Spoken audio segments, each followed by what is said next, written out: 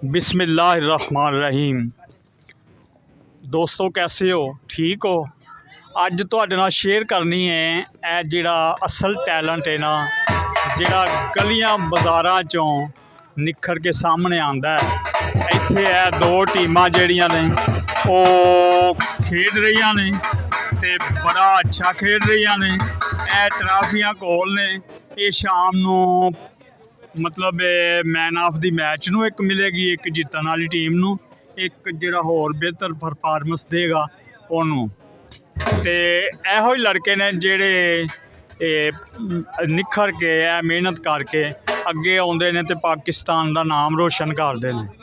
ते दोस्तों ये तुहाडे नाल शेयर करनी है, थोड़ा जिहा भी बना, थोड़ा जिहा तुहाडे नाल शेयर करन लगे हाँ, तुहानूं विखा रहे हैं कि बच्चे जिहड़े ने किन्नी मेहनत करते हैं। उस तो बाद फिर कौमी टीम च इन्हां चों ही बच्चे जिहड़े ने लड़के आउंदे ने ते फिर वो अच्छी परफॉर्मेंस दे रहे हैं।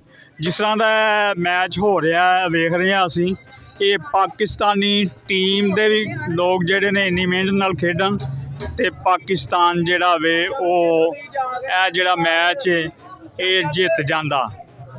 ते दोस्तों ए वीडियो तुसी वेखनी भी है तो सब तो पहला तो साडे चैनल नूं सबसक्राइब कर लो। उस तो बाद वीडियो नूं फॉलो करना है, लाइक करना है, शेयर करना है ते कमेंट भी करने ने।